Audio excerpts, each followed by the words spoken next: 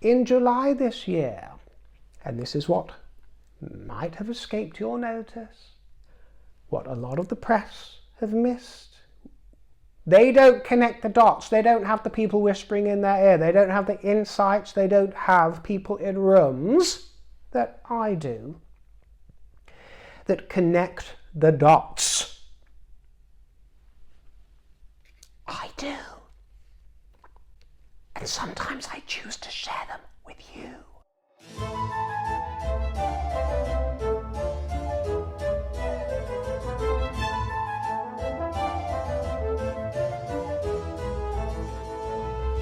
Welcome to the broadcast, my dear old fruit. It's wonderful to see you, and wasn't it exciting today to find that Earl Spencer is to release a tell-all book that's going to be full of scandal, full of revelations, to coincide with the 30th anniversary of Diana's death next year. And it's being released under the same publishing house, or at least one of their offsprings, Random Penguins. You know, he's been talking to Random Penguins. So we've got that to look forward to, which is very timely. It times in with all the whispers and secrets that I'm going to be sharing with you today, because yes, I have been receiving insights. The whispers have been wafting to me from over the Atlantic, and from the direction of Highgrove, and from the direction of Altrop, indeed. So I'm going to delight in sharing all the juicy morsels and tidbits with you, my darling, so thank you for tuning in. First of all, I must mention the fact that it's my 5-year channel anniversary this year, which makes it my Acorn Jubilee, because the traditional gift of a 5-year anniversary is wood. Therefore I think of oak, one of my favourite English trees, the oak that produces, of course, the humble acorn, one of my obsessions. I love acorns and squirrels. So we're celebrating with another keepsake. It's been 1.5 years since I offered my original keepsake, which sold out within minutes, so woe betide. I only offered it once, and in one show, but it sold out very quickly. First come, first served for the second keepsake in the collection, which is for the Acorn Jubilee. And it makes a perfect standalone gift to yourself, or, of course, as an accompaniment companion piece to those of you who are lucky enough to obtain my original keepsake. This time we have a new portrait for you for my Acorn Jubilee. It's an 8x6-inch photograph with a more glamorous look this time, and a sprinkling of Disney magic with a throne of oak there. It's signed in silver for you, and it features Nutbags the squirrel. But the standout feature of this keepsake is a bespoke verse, totally unique for each basketeer that orders one. Yes, you get a handwritten verse in my fair hand from my imagination, full of wonder and whimsy. Just a few lines, my dear. You know, it's not the Iliad we're talking about here, just several lines here, but channeled in all good intention through meditation, inspired by nature, gems, food, and creatures, this sort of thing. And while I'm meditating on it and channeling it, I'm thinking of you, your name, your energy, and seeing what my imagination tells me to write. And forgive my handwriting, as you know, it is a bit of a scrawl. It puts me in mind of what they used to call the former Prince Charles's handwriting, the Black Spider Memos. It's that kind of spidery scrawl, but that's the best I can do. But I do include a typed version of it so that you can decipher what I've written. And with each keepsake, I'm going to throw in a little vintage scrap card from my collection of old ephemera, and the price is £40, and that includes postage to anywhere in the world. It's the same price, and it's only via PayPal. You'll need a PayPal account. It's been thoughtfully packaged. The paper involves exquisite watercolour illustrations that are printed on the borders. Absolutely delightful they are, and it's sealed with an acorn. So inquiries are to go to my secretary, Miss Fairfax, who you all know, have come to know very well. Miss Fairfax, email her. It's not my email address, so don't start sending messages to me. I have gatekeepers for this sort of thing. Email her, and the information is in the box below if you expand it, and that's where you may register your interest. You don't have to do anything else. Miss Fairfax will respond to you in due course if we're able to accommodate your request. So thank you for that. It's very fun to receive in the post, very personal, unique to each basketeer, and with all the keepsakes I sent out 1.5 years ago, I received not one single complaint, only delight, which I shared with you in their messages, and I shared with you in the photographs in the keepsake kaleidoscopes. So now is your chance to grab something very special for yourself that has been thoughtfully arranged by me. So, the Highgrove gathering that happened last month was perfunctory in the extreme, I'm here to tell you. The press call it a tea party, afternoon tea, getting together for tea. Well, I'm afraid that there was barely time for the cup of tea to get cold, or even tepid, lukewarm, before they were turfed out unceremoniously. In, out, shake it all about. The gardener at Highgrove is given a lot more time, considerably more time, than Meghan and Harry in audience with the king. You understand? But the presence of the children, of course, this is what gave the veneer of gaiety to the gathering, and the king was genuinely thrilled, actually, to see them after such a protracted hiatus. I won't take that away from the matter, but as I told you years ago, through chums who have been with them on multiple occasions, Archie and Lilibet are indeed charming, immaculately behaved children, and they are also very good-looking children. You haven't seen their faces, but my chums have been privy to their faces in full, I'm talking about, on many occasions. So I was telling you all this years ago. Last September it was, when I furnished you with the whispers that had been given to me from those acquaintances of mine in the know at Clarence House, and I exclusively revealed to you at the time that actually Harry did not take tea. He gulped down coffee at that particular meeting. Everyone going on about the tea, no. He relieved himself when he arrived, and again on departure. And that was, in fact, due to the coffee, because it has a laxative effect. So that was another occasion where he barely spent any time with his father, because he was either having a wee, having something else, or gulping down his coffee. And I told you that the sentiments of the king at the time were along the lines of the fact that Harry wasn't listening, and he was telling various confidants, it's not going in with the boy, it is not going in, I can't get through to him, he's not listening. And actually that insight was reported on by the press in various channels, including by the gentleman, Mr. Wotton, who actually broke the Megxit story in the first place. So, I also told you then that Harry had been begging for Big Willie. Not that kind of Willie, darling, his brother. He'd been begging for his brother to pop along. Mutual chums of theirs actually told me this to my face, but I'm sorry, as far as William's concerned, disparage Catherine, disparage my wife? I don't think so, my darling. See ya, Harry, wouldn't want to be ya. The drawbridge came up iced, and so now we turn to 10th of July and this escapade at Highgrove House in Gloucestershire. Well, the day before, you might remember, Harry had been marauding about Birmingham, doing his Florence Nightingale impression at a children's hospital. Very worthy. But the fact is that Harry had been expecting to be triumphant and to be tottering, let alone marauding, tottering all around the kingdom, because he thought that he was going to win his court case, the big battle, the slaying of dragons, his great life's purpose. Yes, as the king's viceroy, the rightful King Henry IX.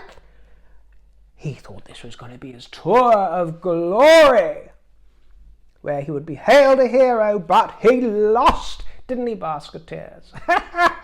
He lost on an epic scale, fell from a great height, and there were elements of fabulism involved in all of this, of course. And he had his tail between his legs, he had his tail between those bony ass cheeks. The ginger fox and his vixen, who was in Europe, by the way, with the little kiddies, were trounced, were put out to pasture, and were put in their place by the court and by the press. So it was not the great return of the emperor. Well, it was the emperor's new clothes. It was that sort of affair, wasn't it, my dear? Marauding about, thinking that he is dressed in gold, when actually he is naked and pitiful, with a little dangling ginger todger on display, not impressing anybody. So that's what we had with that affair.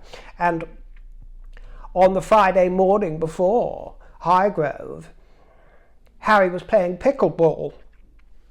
Oh, she's pickled his balls all right, hasn't she, that wife? She really has. She's emasculated poor Prince Pickleballs. And in the afternoon, that was when he made the 90-minute sojourn to Highgrove, and there he was joined by the wife and the children. Now, of course, The Sussexes during this period graced Althorp in The Guest of Uncle Charles, that's Earl Spencer to you, a brother of the late Diana. And for those who inquire, by the way, whether or not I've got Spencer blood because of my likeness to Diana, which is always commented upon, some things are best kept to oneself. That's all I'll say on that matter. For now, but if the time comes when I must talk, then I will talk. Haribo, are you listening? If the time comes to talk, I will actually talk. And there won't be any of the comedy and the elements of parody. It'll be squarely put out there for the basketeers in the world to know all about. You hear me, Haribo boy, so watch it! Because if I'm pushed and shoved, then I can also sing like a canary, like you and Uncle Charlie. Do you understand? Harry, your mother, Diana, she said, she told us that you're an airhead just like her, and I admit that I also take in that tradition. I'm an airhead too, but all three of us will blab and sing like a canary if the cage au fall comes crashing to the ground, so watch it. And so they skulked into Highgrove, and it was noted that there was a lack of todgering this time, just a little more humble, a little more humiliated, as they skulked, because the king, remember, doesn't trust Harry a crumb, not a breadcrumb. He'll receive him, his son, of course he will, but he's got no appetite whatsoever to receive the daughter-in-law. Unless it's the beloved daughter-in-law, the fair Catherine, but Meghan, no chance. But, of course, he was very keen to see the grandchildren, who he hasn't seen for years. So her presence was tolerated as part of the deal. He had to suck it up. Harry, of course, is desperate to see the king alone, away from the wicked stepmother Camilla. That is what he truly wants. And I'm told, actually, that Harry was kept in the dark about the fact that she did, that she was going to turn up, and she did turn up, our Queen Camilla. Meghan's presence, actually, made for a useful excuse for the king to bring Camilla in to join everybody, because the fact that she was there and the fact that it would form a sort of quartet and then the children made it appear more natural for the Queen to join them. Harry is absolutely furious, though, that the king always insists that the Queen is present in their meetings. And I just love it. I just love it. And I would feel some sympathy for the boy if he wasn't so wayward and such a betrayer. Because it is nice, whether you get on with your stepmother or not, or your mother or not, just to spend time with one alone, whether it's mother, father. But the truth is that the king has learned from bitter experience over decades, that time in discussion with Harry is fruitless and joyless, and he knows that he at all costs needs to avoid anything slightly deep or sensitive or controversial or confronting, or even anything frivolous and gay at times, because Harry will find something to disparage about all of that as well. Any chance for victimhood or what he perceives as slights against him and the family, they have to try and avoid. So the King and Queen's tactic this time was to just try and make everything all about little Archie and Lily. Archie and yes, they made it all about them at the ages of 7 and 5 years old, who are virtual strangers to the King and Queen. And, you know, we're talking about less than an hour's audience here. Less than an hour. The Sussexes spend more time at the In-N-Out on a Friday night. Queen Camilla's role was to act as a stooge for King Charles, not in the detrimental sense you understand, but to distract and divert, to keep everything light-hearted, but also brutal in her own fabulous way, because Camilla, in this circumstance, became a steel marshmallow, rather like the late Queen Elizabeth, the Queen Mother, or even some might say Catherine. Yes, I'm told that Harry did take tea this time. Yes, he did, although he did begin with a gulp of espresso that he insisted upon and asked for as an aside, and he put sugar in the espresso. So he needed that extra dose of adrenaline, or whatever it is, caffeine, to keep him pumping. up before he started sipping the tea. Also, there is a rumour, going around, whether or not it's true I do not know, but I've heard it mentioned by more than one, that Harry asked the Queen Camilla, if she had a spare cigarette. The tone was jocular when he asked her, but if she had brandished a packet of 20 B&H, mark my words, he would have dived right on in there. Trust me. But I'm also told, and I don't know if this has been reported anywhere else, I haven't actually really looked or glanced at any other reports of proceedings because I trust my own sources and no one else's, to be quite honest with you. I've been told that she brought a little icebreaker along with her to delight the children in the form of Molly. Yes, one of her dogs, not Bluebell this time, but Molly. For some reason, because Braymill is just up the road, you know, Camilla's best dwelling place. It's just up the road from Highgrove, not far. So she brought Molly along. She thought the children would be absolutely delighted, and they were, I'm told. Archie and Lily plied the king with homemade goodies.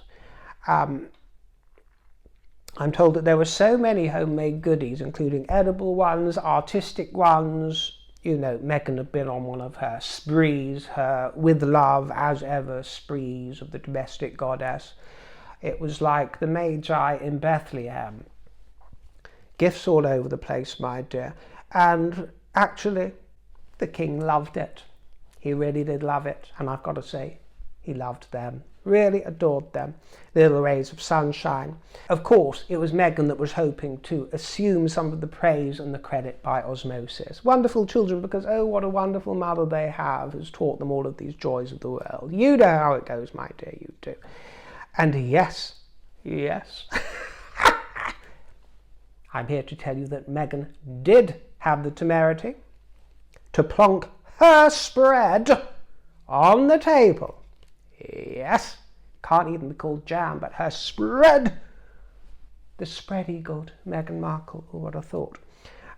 She plonked it on the table, darling. Not in the usual branded packaging. She didn't go that far. She made it look like a homemade affair. You know, she put it in its own sort of jar and the curlicued handwriting on a little tag, all of it, this kind of thing. Very nice. But we all know that the whole affair was really emulating Highgrove's own existing and better offer.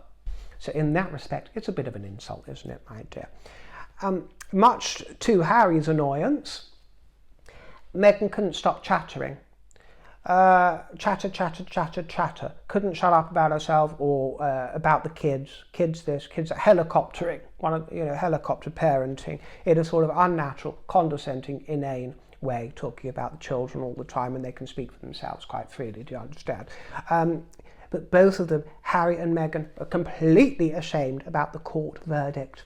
They had been truly expecting to go there, telling Pa and wicked Cammy how stupid they've been to trust in their vision of dragon slaying, and in fact it was a complete reversey-persy, because the joke was on them, and there was more of an air, an atmosphere of, well, we told you so, Harry, we warned you, your brother warned you, that's why he made it and cut another deal with those who you went to battle with years ago and did very well out of it, to the tune of a lot of money, wasn't it, £1 million? But Harry wouldn't be persuaded, he wouldn't be told, Harry knew best, he was going to show the world, and oh, it's a matter of principle.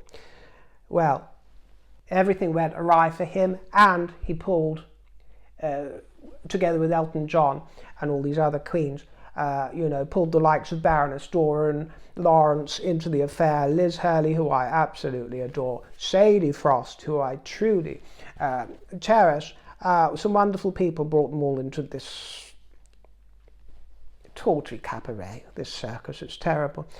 Pa and Willie were right, Harry, you imbecile. They had the intelligence to understand that you pick your battles. It doesn't mean you're a coward if you don't fight all of them, but there are ways and means to fight. They do not sit in for a dig.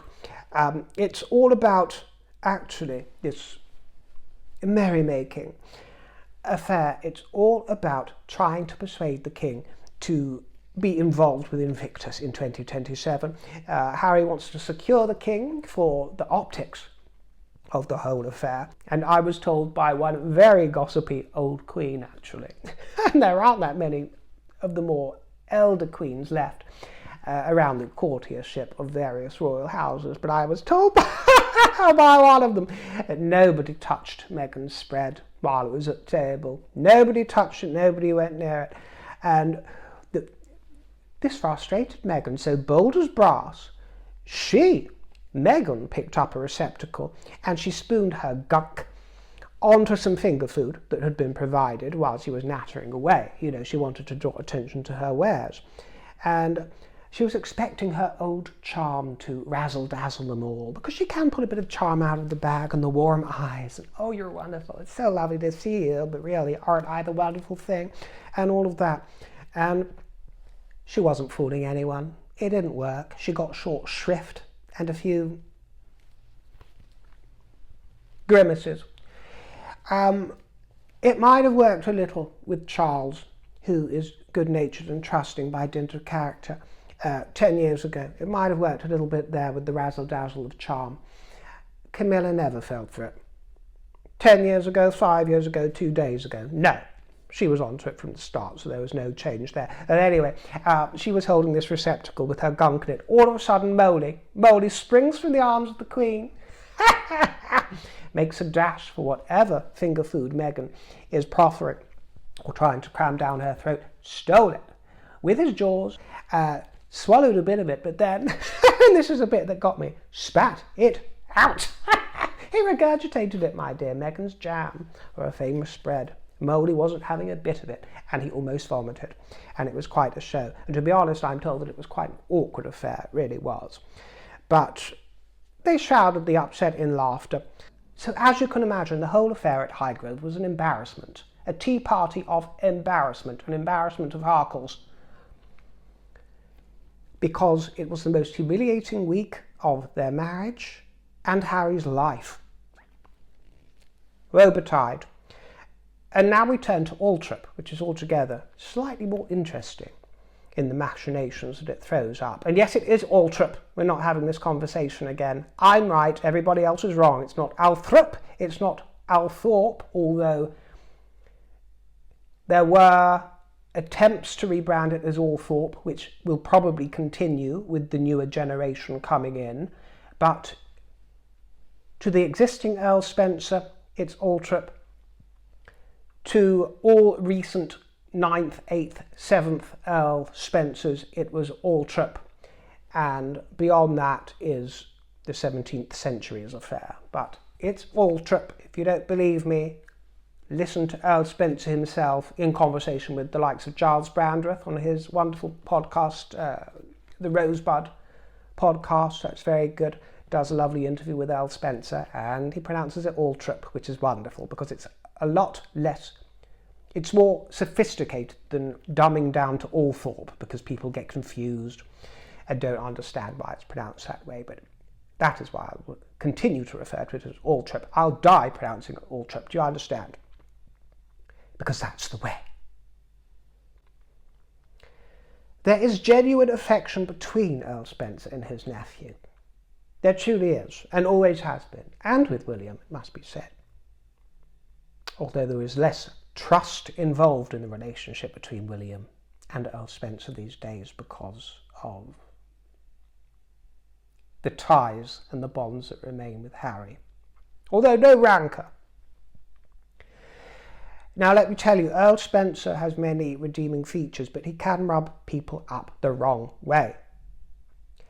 Some become disenchanted with the man. They truly do. There are family feuds aplenty, illustrated no more keenly in his absence from both of his daughters' weddings, Lady Kitty's and Lady Amelia's.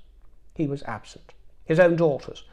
And he goes through wives like Henry VIII did. I mean, he's on his 4th now, but there's still time. He's on number 4. This was following his wedding in May this year to Cat Jarman, which took place actually in Arizona, in Sedona. Yes. The children weren't there either.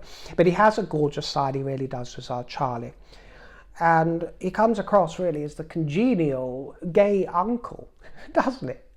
He's rather camp, but the contrast is actually that he worships at the palace of the Punani. Yes, he does. But it's that blend of contrasts that makes him irresistible to women, you see, along, of course, with his multi-million-pound estate. Money, money, money, money, money, money, money, money, money, money, my dear. Money makes the world go round. And whose coffers, whose financial coffers are rumoured to be rapidly running dry? The Harkles. And whose coffers are increasing very recently to the tune of an extra £60 million. Uncle Charlie. Yes, this, my dears, is where I must protect my interests and declare for the record that the information and the insight that I'm about to impart, what I'm about to tell you, is what I've been told and not what I know as fact. But as you know, my record is impeccable, steadfast, tried and true. But for legal reasons, you must take everything I'm about to say as conjecture. Take it with a pinch of salt. Take it up the arse for all I care, my dear. I really couldn't give a continental damn. But I furnish you with my findings in the spirit of gossip and what I believe to be true. That doesn't mean that you have to take it as true or that it is true. Can we be clear on that? Do you understand? Good. But as I say, my record is impeccable, tried and true, and you all know it after 5 years. Charles Spencer contrasts with Charles Mountbatten Windsor, also known as the King. They are sharply different characters, but they both have this dual aspect of the warm, fuzzy side. It's really rather enchanting, and a terse, sharper side, as many of us do. But they do share that in common, and as a host, Earl Spencer is considered by the Sussexes as much more manipulable than King Charles. They think he's a bit of a soft touch, my dear, and they do crave a continuing royal association. This is becoming paramount. In their cravings, their desires, they need to continue on, and they know that the royal association is the money maker. And you also need to bear in mind that even a light dusting, a sprinkling of that royal association also benefits the Spencer name and the Althorp estate. And some of you, if you're new to the scene, aren't aware of the fact that the Spencer blood is more royal than the King's blood. Diana was born on the Sandringham estate. She wasn't born a princess, but they've long held associations with royalty, and they've got the royal blood of many houses, many nations running through their veins. And Charles Edward Maurice is the 9th Earl Spencer. I've actually previously shown you handwritten letters from his ancestors, various, a great-grandfather, for example, handed down to me. I've shown you in previous broadcasts all of this private correspondence of the Spencer family. It's in my archives. And Earl Spencer is 62 years old. Remember his father Johnny, who led the late Diana up the aisle? Johnny was only 68 years old when he died. Now that's a spring chicken these days, isn't it, my dear? That's considered a spring chicken. Still in his autumn season, hadn't even reached winter, which begins at the age of 75. So I'm quite sure that the current Earl Spencer will outlive him by many decades, we hope. But the clock's ticking for us all, ain't it, my dears? It's ticking, tick-tock, tick-tock. So the time will come when there are family assets to be redistributed. I don't think that this isn't crossing Harry and Meghan's mind, because it is. In July this year, and this is what might have escaped your notice, what a lot of the press have missed. They don't connect the dots. They don't have the people whispering in their ear. They don't have the insights. They don't have people in rooms that I do that connect the dots. I do. And sometimes I choose to share them with you, these revelations, you understand? In July this year, which was the same month that Harry and Meghan visited, it was announced that 310 acres of Althorp Estate, the Spencer farmland in Northamptonshire, was sold to Persimmon Homes for housing developments. There's going to be schools, there's going to be 1,800 houses and various infrastructure, this sort of thing. They're putting the reason down to the fact, which is true, that, and this is a huge problem here in the kingdom, the Spencer land has experienced a vast amount of waste and dumping of rubbish and toxic chemical products on their land, and they had CCTV in, they tried to deter all this vandalism and catch people in the act, but it's such a vast problem. And we're not just talking a few bin bags, darling, we're talking dozens of tons of industrial waste dumped on the Earl's land, sometimes costing up to £40,000 or £50,000 to remove, because legally at some point over various boundaries it becomes your problem and one has to remove it oneself or get fined. So they chose to give up this land, although the estate in its entirety is 13,000 acres, Althorp is, and it's been the family seat since 1508. But for this smaller section, just 310 acres of land, the price tag that was paid to Earl Spencer, £60 million. £60 million. And that's just for 3.4% of, no, 2.4% of the entire estate. Yeah. Now, being the steward and the guardian of such an estate as Charles Spencer is unenviable in many ways, because of the pressure to maintain the family estate, which guzzles money. It means that one has to evolve a keen business mind and be really savvy and really on top of things. So don't underestimate some of these lords and ladies and earls and countesses, you know, because it's dyed in the wool from birth. It's understood from a young age. You know, it's what his predecessors did as guardians of the title, with varying degrees of success, but at the end of the day it has come into the hands of the 9th Earl and will likely pass into the hands of the 10th because of the success of their business savvy. Earl Spencer provides wise counsel in matters financial, in matters involving property, legacy and investment.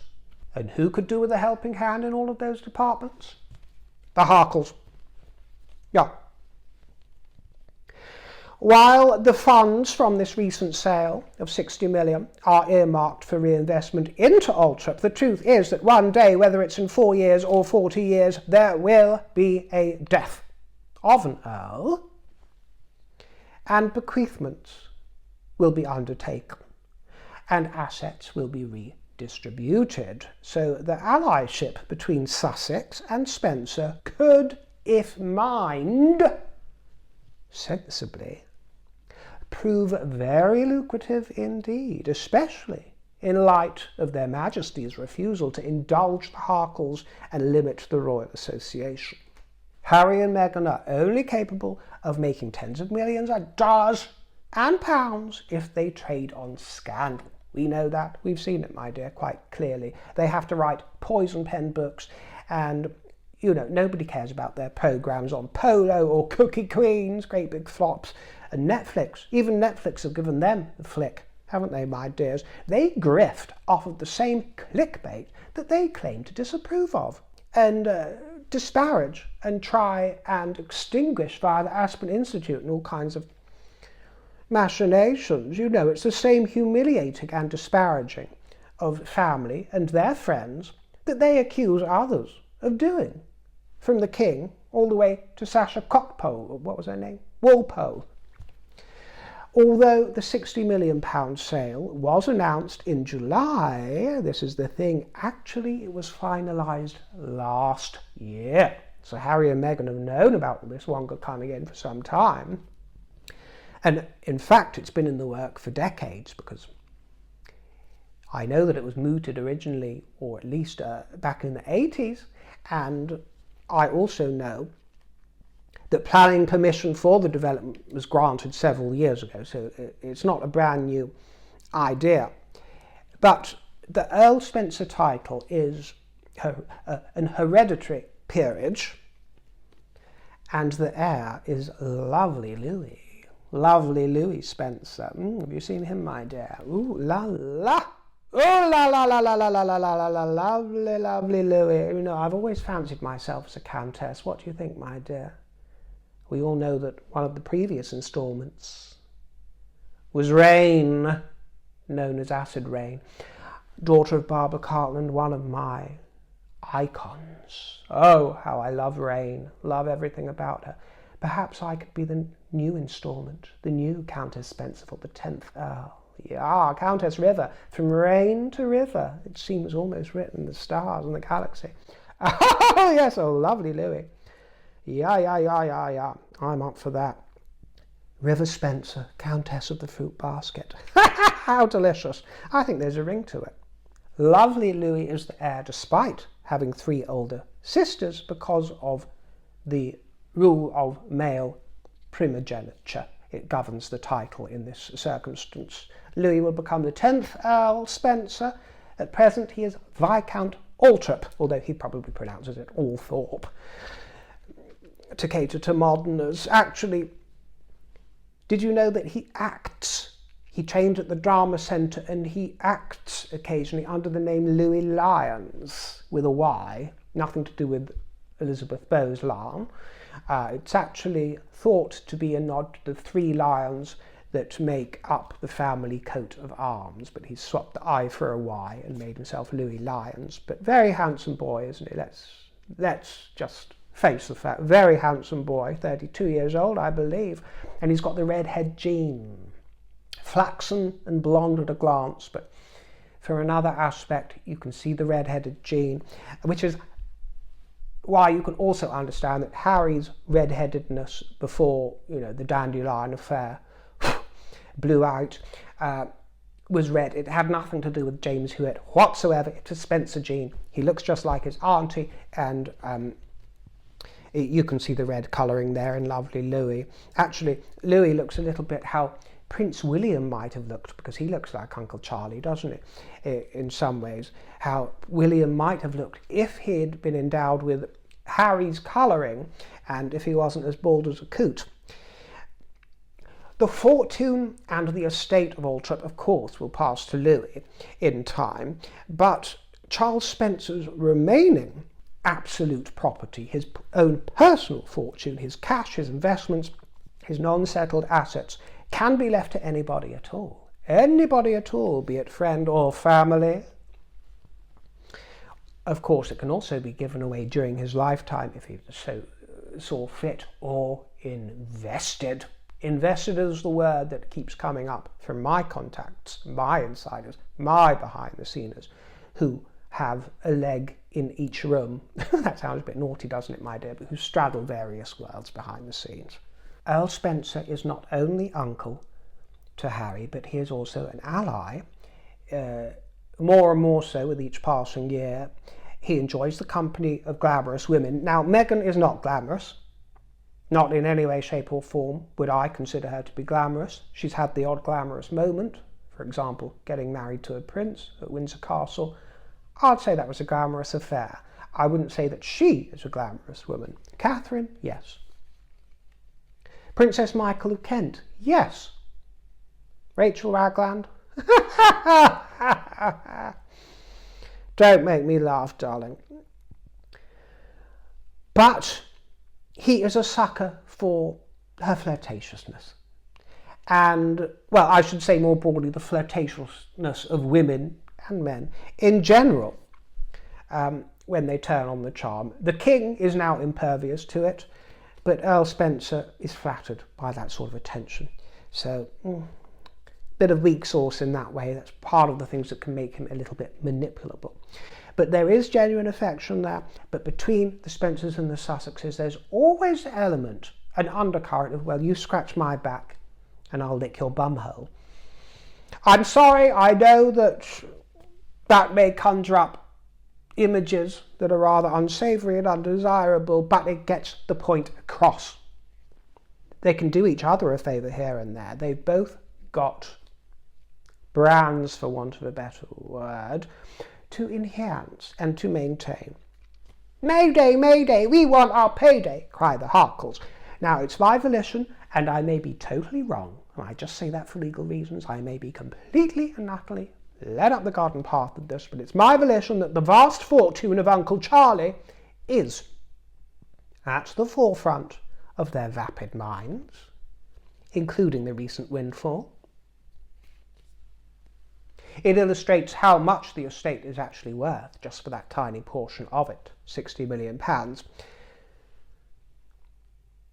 Uncle Charlie has got money to bequeath, filthy lucre to clean up, and investments to court. Investments, investments, investments. And this leads to the juiciest morsel of all that's been fed to me. Tea this, tea that, tea at Highgrove, afternoon tea, tea with Meghan, spilling the tea. It's what you associate with England, isn't it, my dear? The Queen, thatched cottages, and a cup of tea. Well, Meghan, I am told, whether or not there's any truth in it, you decide. I get to leave that up to you. But I am told that Meghan has been trying to set the stage for a new creation to stand the test of time and to sell it on to potential investors as even a legacy for her own children, for their children. Murchie, Lilybucks, it's time you lived up to your names. Shut that door and come here, my dear basketeers. Shut that door, lock it tight, and I shall tell you what I'm hearing. As well as a variety of teas that she keeps on trying to push through her website, as well as the lavender grey latte that was featured in With Love Meghan, which is a twist on Earl Grey. Earl Grey tea, by the way, is black tea with oil of bergamot in it that was actually inspired by or named after Charles the Second Earl Grey. This was a chap who was Prime Minister in the 1830s. It's linked to him. But she has been mulling over what she can sell. And the other thing that she loves, apart from tea, is her own imagination with words, isn't it? She loves words and archy this, archy that, and she's got all of this grand expertise in lexicography, etymology. Harry, this is Meghan, a few years ago now. Harry, you're an earl as well as a prince. Why isn't there an Earl Dumbarton tea? We've got Earl Grey. What about Earl Dumbarton? Of course, I'm not surprised. Saddled with that ugly name as you are, and you've saddled my son with that name, Earl of Dumbarton. But that's not the only earlship in the family, is it? Uncle Charlie. Uncle Charlie is an earl. We need to mind that well. And this is where she had a light bulb flash moment. And I'm told, by the way, this is why I said several years ago, because I'm told that this goes back to the period when she was putting together The Stench, The Wench, what was that affair called? Oh, The Bench, of course, that magnum opus of hers, that book of poetry that she cobbled together during COVID. Actually, I enjoyed the illustrations, but the poetry was absolutely abysmal. But it was during that era she was putting together, sitting out in the garden, trying to come up with all kinds of merching ideas. And this is when she had a light bulb moment. She was sipping her tea, her Earl Grey with a twist of lemon. Earl Spencer tea. Earl Spencer tea. No one's done it. Nobody owns it. Anything associated with the late Diana Spencer, because let's face it, that's what it all harks back to, is hugely marketable, even in America, especially in America. There's so much goodwill. And that's been made baldly clear to us today with the announcement of the release of the Earl's forthcoming book. Money, money, money, money, money, money. Money to be made, estates to maintain. Old coals to rake over for the filthy lucre, no matter who else gets hurt in the process. Do you understand? Hugely marketable. Meghan would love to have tea made in her name, of course she would, but she hates Countess Dumbarton as a title, and she knows that that's never going to fly anyway. So Countess Dumbarton tea, Earl Dumbarton tea. I mean, it's never going to wash, isn't it? And she's not going to get away with Mountbatten Windsor tea. her name doesn't sell at all. So Spencer is the marketable thing. This is what she's thinking. If they have no cooperation from the Mountbatten-Windsor side of the family, the king's side, then the Spencer name is all that is left to plunder. She knows that Markletea is not going to fly. Not on your Nelly, my dear. My understanding is that the ultimate goal involves not only the blessing of Earl Spencer in regards to this Earl Spencer tea, but also the possibility of branding, protecting, patenting, trademarking wherever possible. The title of Earl Spencer is not patented or trademarked in any sort of way that could exclusively protect the phrase for commercial use, because names and titles can't be patented. Patents are for, in the United Kingdom, are for inventions, innovations, this sort of thing, processes. Whereas Althorp and Spencer House, which is another concern of theirs, which is rather lucrative and brings in a lot of money from their lease to, I think it's the Rothschilds at the moment, and even the family motto are trademarks. They are able to be trademarked. So in principle, Earl Spencer, the words, the branding of it, can be used for products outside of the estate without any legal implications ostensibly, but because it could create a likelihood of confusion or false association, then the Harkles would in fact require the blessing and even and preferably the involvement or investment of Earl Spencer himself.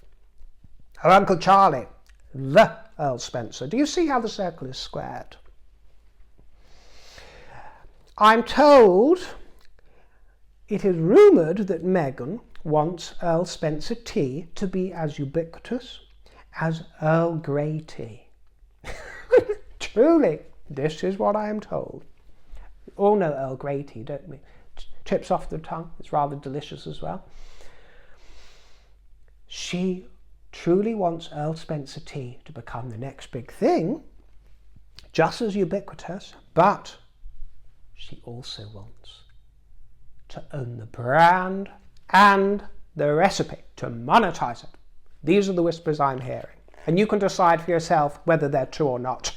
I say that for legal reasons. I have no idea if this idea of hers was mooted to Earl Spencer at Althorp this year. Indeed, he could be totally in the dark about it. But if you are, Charlie dear, I know you'll be tuning in, so I'm here to furnish you with the facts of what might be coming up in your in tray.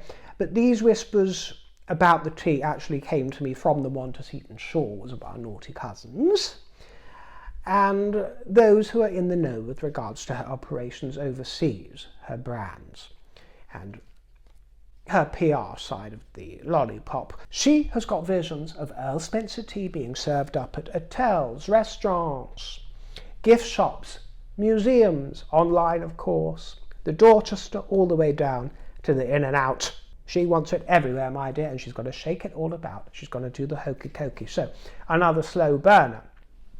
I advise you, my dears, to stay vigilant. And you, Uncle Charlie. The Harkles' eyes are fixed squarely on the shoulders of a potential cash cow in the form of Earl Spencer. But we find out today, don't we, my dears, that his eyes also fixed squarely on the shoulders of his late sister. The cash is flowing in for the Earl. It's good times. It's like manna. It's the complete opposite of what's going on in the Harkle household, where everything's drying up in the canyons of Montecito and the Casa de la Riven Rock. But it's bountiful times for the Earl. New woman, kids are out of the way, not speaking to all of them. Book on the way, be sold mainly to Americans. He's going to make millions out of that and do a pull barrel. Of course, the Harkles are both champing at the bit to release further memoirs and further books. And I've told you before, I will tell you again, that it will happen. Meghan's book will happen. We just don't know when. She's got to wait. She's got to sit on her hands for the time being until it is appropriate for her need. Of course, it'll never be appropriate. It's an inappropriate tone. But they know that that will sell if there's scandal and poison involved. So. But the Earl can get on and do it, because the late Diana's dead, she can't speak for herself. Cash is flowing in. He's only sold 2.4% of the Altrip estate, so there's still 97.6% of it left. It will, of course, want to be kept for Viscount Altrip, but who knows what Viscount Altrip, who knows what lovely Louis wants to do? Does he even want it as custodian in the future? Would it be more of a burden for a modern Louis Lyon? He's a lovely boy, he's a sweet boy. And hands off, Meghan. Keep your hands to yourself, he's mine, do you understand? But lovely Louis, he actually attended the Harkle wedding. Do you remember that, with his mother, Vicky Aitken, lovely Victoria and the sisters? And he was seen hugging Harry at another wedding. That was the wedding of old Cece, wasn't it? Yeah, cousin Celia, I'm talking about, Celia McCorkadale. And the Viscount also attended the Invictus 10-year Thanksgiving circus. That was a slip of the tongue, quite Freudian, not a circus, it was a service, wasn't it, my dear, at St. Paul's. He attended together with the Earl Spencer and also Lady Jane Fellows, Ned and Georgie McCork as well, so he was around there. And Uncle Charles, the 9th Earl Spencer, he pledged, do you remember, on the death of Diana at her funeral, he pledged that we, your blood family, will do all we can to continue the imaginative way you are steering these two exceptional young men, so that their souls are not simply immersed by duty and tradition, but can sing openly as you planned. Well, Harry has been singing openly. So's his escort. But Harry in particular has been singing openly. He's been crowing brazenly for several years now, hasn't he, my dears? And the further that they fall into this mischief, the louder they squeal. So it will be truly intriguing to see exactly how this cookie crumbles, my dears. Watch this space, be vigilant. But it's been fun to share with you the tidbits and morsels of juicy gossip that I've been privy to over the last few weeks, and I look forward to gossiping with you again, my dears. Enjoy the rest of your evening. Remember, my Acorn Jubilee keepsake is available for a limited period. First come, first served. Get in there, my dears. Stay fruity, always on royal duty, and toodle pip.